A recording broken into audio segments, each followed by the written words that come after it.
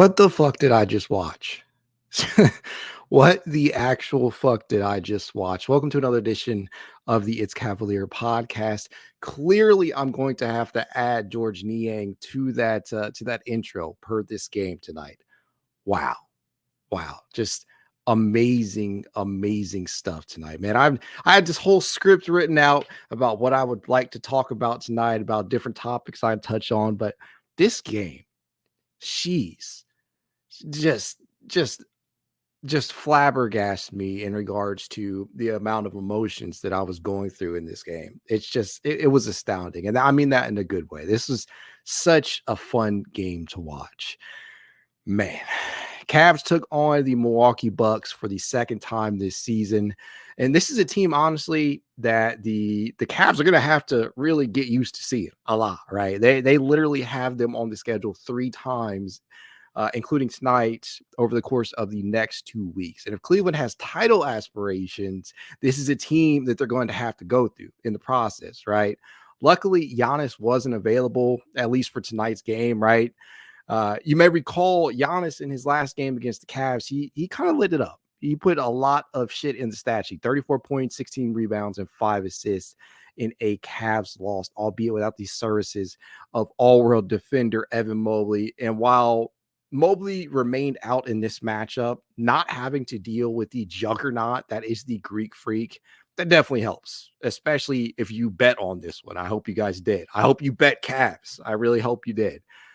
Y'all know the tale of the tape for this Cavs team. They entered this one hot off the heels of their longest winning streak of the season at 5 games. Make that 6 now, if I'm not mistaken, and have gone on to win the last 11 out of the last 14 games. They are now 11-3 since the combined absences of Evan Mobley and Darius Garland. Man. Prior to tonight, that happened to be tied for the second best record in the NBA during that stretch, just behind the red hot Denver Nuggets. And they've gotten contributions from up and down the lineup in the process. So we've not only seen big games from Donovan Mitchell and Jared Allen, but now Karis LeVert, Sam Merrill, Dean Wade, and tonight, George Niang of all fucking people. Man, just a brilliant performance. As many of you people are down here stating that Okoro locked Dame down. Yes, man, just shut him out of the game entirely. He had to be removed, right? He had to be removed from the game early. They just basically threw in the towel and couldn't blame him. It got ugly. Cavs won by the score of 135-95. I was not expecting this type of explosive offense. I felt confident heading in, especially with the knowledge that Giannis was going to be out, but I did not see a 40 fucking point win. I don't know if you guys did either. I thought you were lying if you did. If you say you did, I know you lying. But yes, Dame Lillard, just 17 points on the night. Best part about that was he was just 7 of 20 from the field, including 1 of 5 from 3-point range. They absolutely clamped down on this Bucks team, man. Just absolutely clamped down. Zachary says that they still have Dame. Yeah, well, Dame was a no-show tonight for the most part, Zachary. Absolutely loved it. Only 2 Bucks starters scored in double figures tonight. That was Dame and Brook Lopez, who just contributed 11 points. Everybody else was just kind of sucking ass out there for them. They're going to do some things, when if you let things play out a certain way, but with no Giannis out there, they didn't have enough, right? Typically Giannis can power them through and make games competitive, even if they're down by a large margin. But with no Giannis out there to be able to kind of steady and right the ship, it just wasn't going well for them. You could tell that shit was just going awry when George Niang had 20, which is now a career best for him in any given half. That is his best half of basketball, and I believe this might be his career high. Just phenomenal performance, man.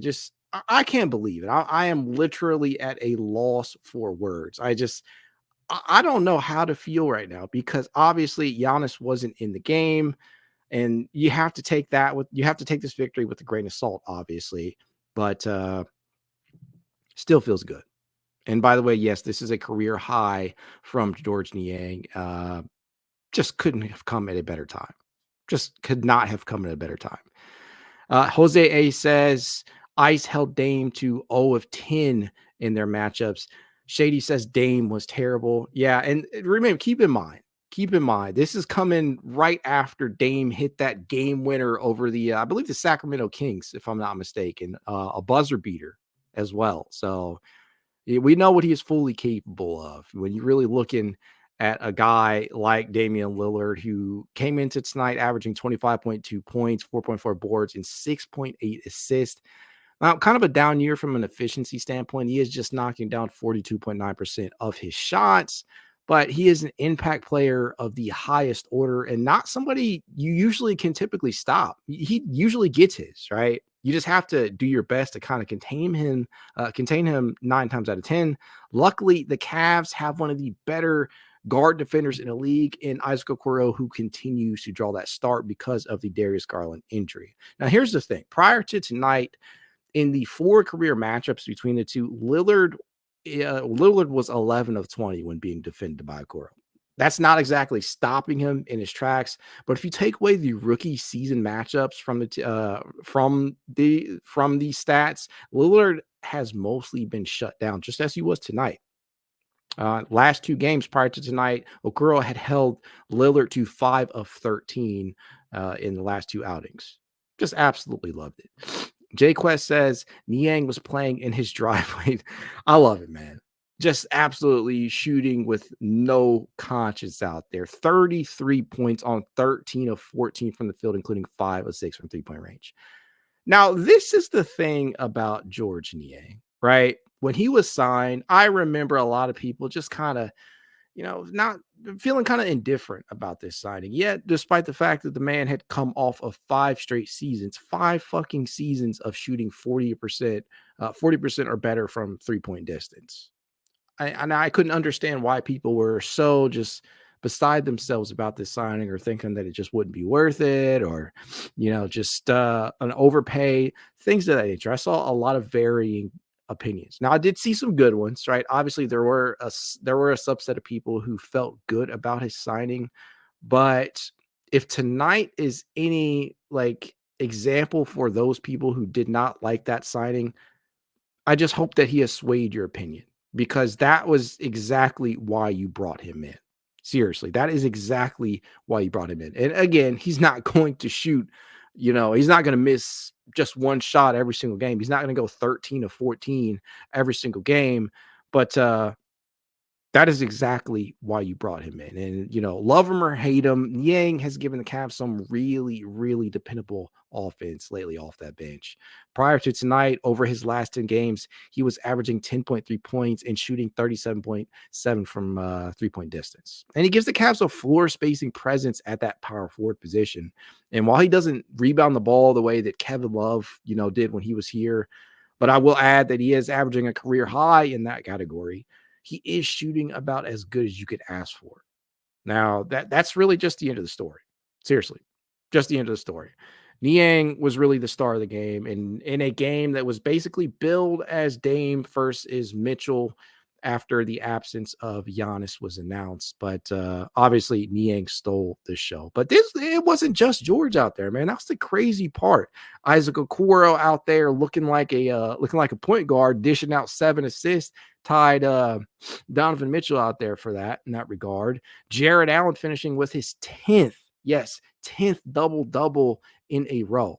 That is by far the best streak of his career. If they don't all-star this man, I don't know what. I'm going to explode. He deserves to be on that all-star team. I get it. They need to expand the all-star roster. They need to expand the amount of players that they allow in, honestly. I would love to see that happen because there's so many deserving candidates every single year. Ultra Aporia. I'm sorry if I mispronounced that. Ja's mid-range jumpers, though. Yeah, you could tell Ja was clearly just fucking around at one point. He took that long too. I believe it was in the third quarter. At that point, the game was well out of hand. For a minute there, I thought Ja was going to end up taking a 3-pointer, which I would have also loved to see as well. But yeah, that mid-range shot, he's got it. I put out some content on that recently. I put a whole reel together of every single one of his mid-range jumpers this season, and clearly he can take that shot. It's in his arsenal, it's in his bag, but it's not something that is always in the flow of the game. I think the Cavs would probably like him to take it more when it's available. Same with Mobley, right? When that shot is available, take it. Because if you can't space the floor from 3-point distance, being able to space the floor from the mid-range area is probably the next best thing. So whenever they have that, I hope they continue to do that. Just wonderful, man. Shady says they need to stop playing the same players every year.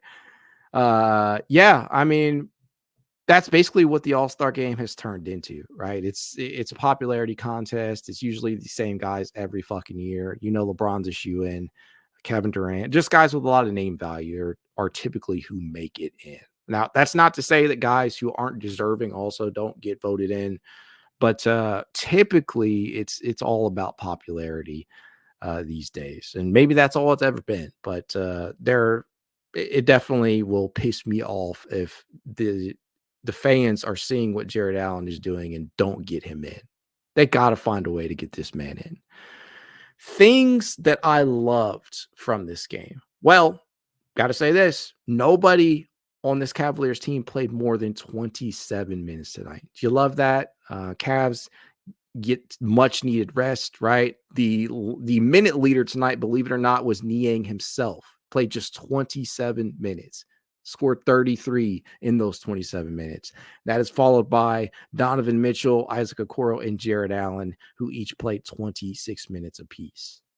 Anytime you can get the starters with below 30 minutes, especially Donovan Mitchell, that's wonderful. And coming against a team like the Milwaukee Bucks, granted, again, it's without Giannis, so you have to throw that caveat in there.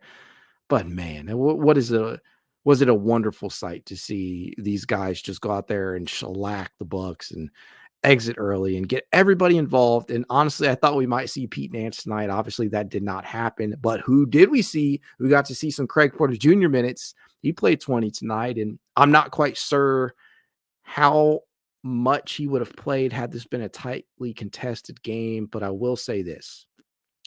Tonight, when you don't have a Giannis out there, when you still are without the services of Evan Mobley and Darius Garland, JB just has to find ways to get this kid on the court. Seriously. Shady says, do you feel that Amani should play games similar to where we're in such a big lead? Yeah, it's complicated. It's complicated for me because you can only dress so many, right? You can only dress so many players. And one of the guys that we're counting on to see some of this time now, especially in blowouts, is Craig Porter Jr. And I would say the most difficult part of all of this has been the recent emergence of Sam Merrill. If Sam Merrill didn't come out the gate shooting like he has been, and he did it again tonight, man, 4 of 8 from the field, 2 of 6 from 3-point range, 10 points off that Cavalier bench. If Sam Merrill didn't just explode onto the scene, you would probably see Amani Bates getting more opportunities and getting more run. But due to that occurring, due to in addition to the fact that Karis LeVert is playing very, very well, in addition to the fact that Craig Porter Jr. is also vying for those end of rotation minutes, it's hard to really do. Like, I want him to be able to go out there when we have a big lead, but the Cavs are trying to balance. I think they're trying to walk the fine line between knowing when to have him up with the big league club and when to have him with the charge, because you only get 50 games, right? And obviously, we're not even at the All-Star break yet. The Cavs are likely to they're likely to convert Craig Porter Jr., which I think we all hope happens, right? Especially with the retirement of Ricky Rubio and the roster spot that was open and then taken again by Pete Nance, which, we'll talk about in a minute. I think that if they don't end up making a move by the deadline, they will likely end up converting Craig Porter Jr. and then likely giving that extra two-way that Porter releases to Nance. I hope that happens. A lot has to occur before that becomes the case, right? Nance has to impress. probably ends up signing another 10-day contract, and then if he fares well, or if the Cavs like what they're getting from him, then they'll probably hand him that two-way. I can see that possibly occurring. But in regards to Amani, it's just tough, man. I've always said this. I feel like he has the skill set at this point in time to be a knockdown shooter, a catch and shoot specialist at the very least. But with the charge, he's getting a ton of volume, and I just don't think that would be the case with the Cavs. And if you don't have any other discernible skills or NBA level skills just yet, you're probably not going to see time over the guys who are already there. And then when you're talking about these end of game scenarios where there's a huge lead, um, you want that to be the case, but keep in mind we can only dress so many guys. Shady also says, what moves at the deadline would you think we should take? I know there's some chatter regarding Royce O'Neal, right? And I believe DeAndre Hunter. I think that was reported today, but I don't know, man. Part of me wants to see this Cavs team just not really make any moves if it's not something that's bringing in a true 3-and-D wing out there at the starting three, which I just don't think is going to be the case. I feel like anything that the Cavs would have to, the Cavs are not going to be able to acquire that type of player without sacrificing significantly. And I just don't think it will be worth it. Nor do I think there are any guys out there that are truly available for what the Cavs have to offer. That's first and foremost. I don't think we can compete with some of these other offers. Like I know that for some of these guys out there, they're asking prices like 2 or 3 first round picks and maybe a rotation player as well. And I just don't think Cleveland, for one, we don't have that to offer. And for two, I just don't think we would want to. So I would think they would stay put. At least I hope they do. I think the biggest thing that this team can do is just simply get healthy, right? Get healthy. Get Darius Garland back, which, he got the wire removed from the jaw and he's resumed basketball activities. And, it's going to take him, a week or two to get back into playing shape, but we could see him back very soon. And then Evan Mobley should follow. So I think the biggest thing that we can do at this point in time, just get healthy. I don't think a move is not necessarily it's not necessary, but it's not exactly something that you shy away from if something's there. And Kobe Altman has been very good at that. When there is something available, he'll sniff it out and he'll make a move on it. He'll jump on it. We've seen him do it in the past. That's exactly how he acquired Jared Allen and Torrey Prince a couple of years ago, right? He hopped into that Nets trade, and he's done a couple other things in the past, whether that be shipping Rubio out for Karis LeVert.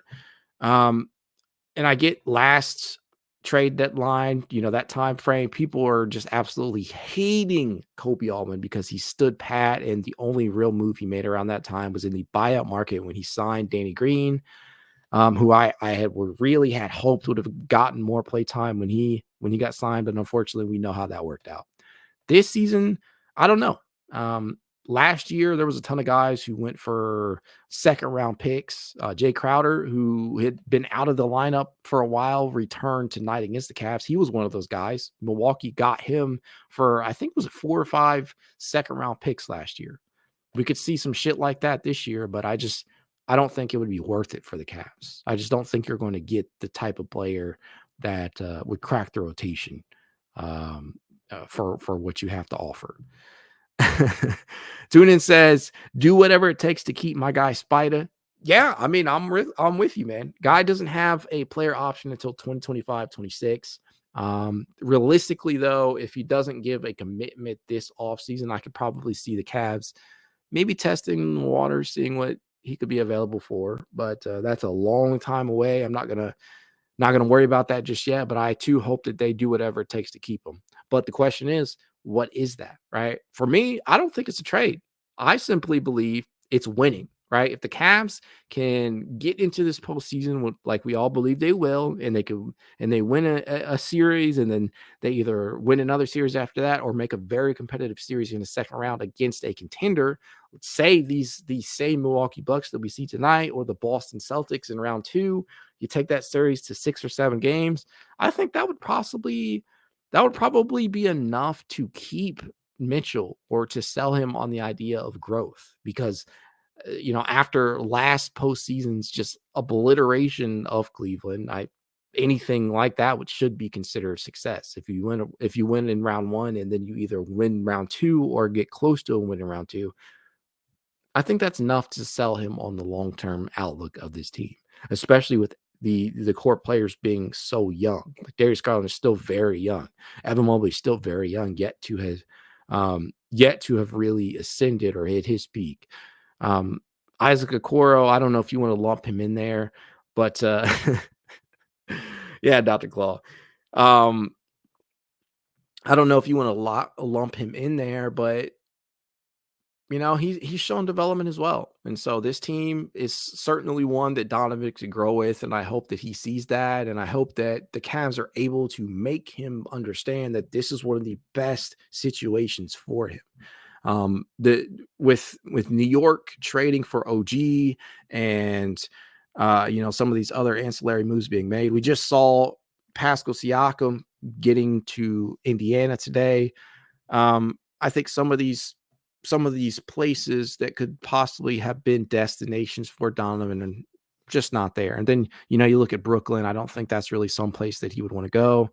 And I really think the only option or at least opposition in that regard may be the Miami Heat. And I just don't see that happening either.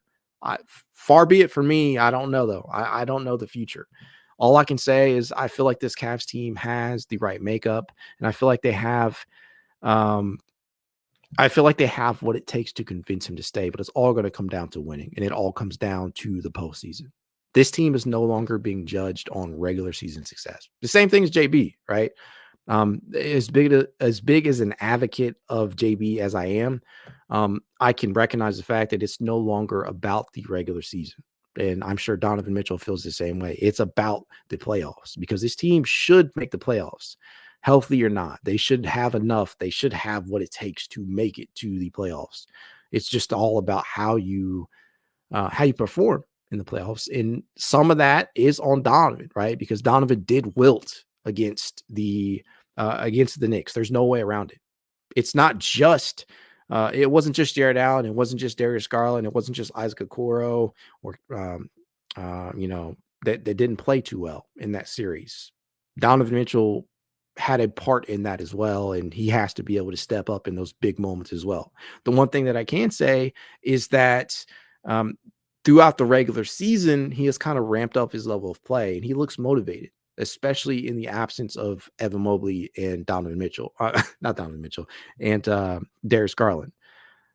Donnie has actually scored 30 or more points in each of his last 3 games. And I have to believe he loves playing on prime time or, in the bright lights now, because every single time the Cavs have a nationally televised game, it seems this motherfucker is going off. So I love it.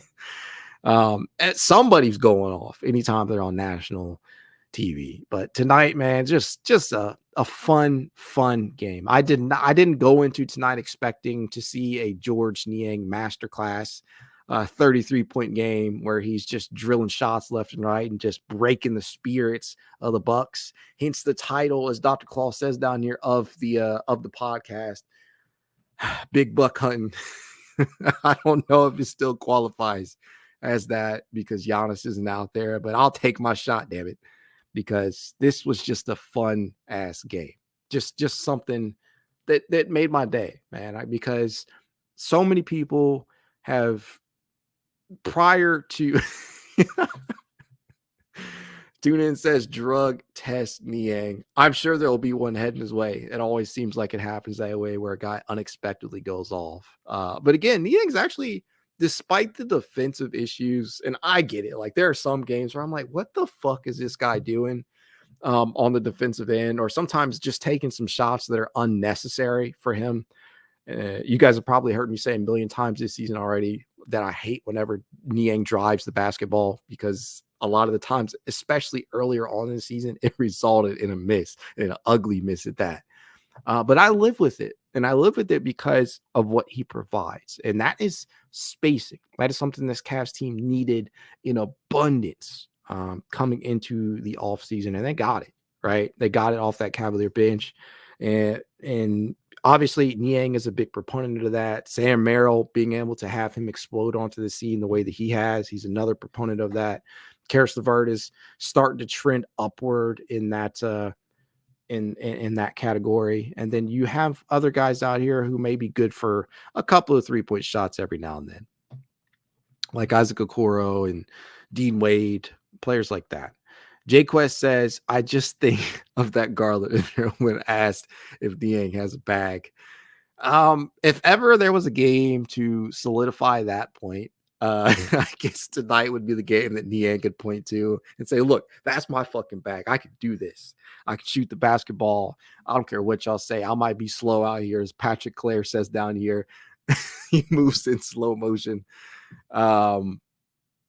He does.